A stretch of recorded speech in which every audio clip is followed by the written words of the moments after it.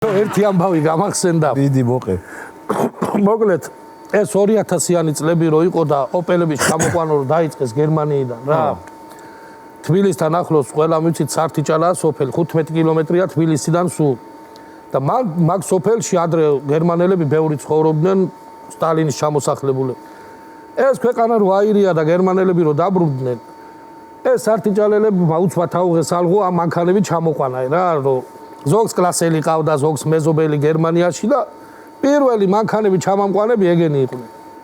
ერთ სართიჭალელი წავიდა რომ უნდა ოპელი წამაიღოს იქიდან. არ მეეწონა არაფერი და იფიქრა რომ მოდი აი გავჩერდებიო.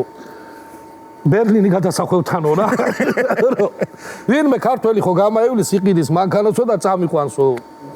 სინამდვილეში ვიღაცამ გამოიარა თანის პერიოდია რომ ჯერ ეგრე ერთმანეთს არ ავჭამთ ევროპაში ქართველები და ქართველის დანახვა რო გიხარია და ქართველი ხარ ბიჭო და ესე და გააჩერა იცნო ქართველი ხარ ქართველი ვარ ახ შენ გენაცვალე ამ ბიჭმა და რასაკეთებო აქაო აი ეს მანქანა ვერ ვიყი და იქნება ვინმეს გავყვეო დგევარ დააჯეო ძმაო წაგიყვანო დაჯეო სად მიდიხარ თბილისიო კაცო დაფიქრდა და წაწარი ვინმე სართიჭალელი გამაივლის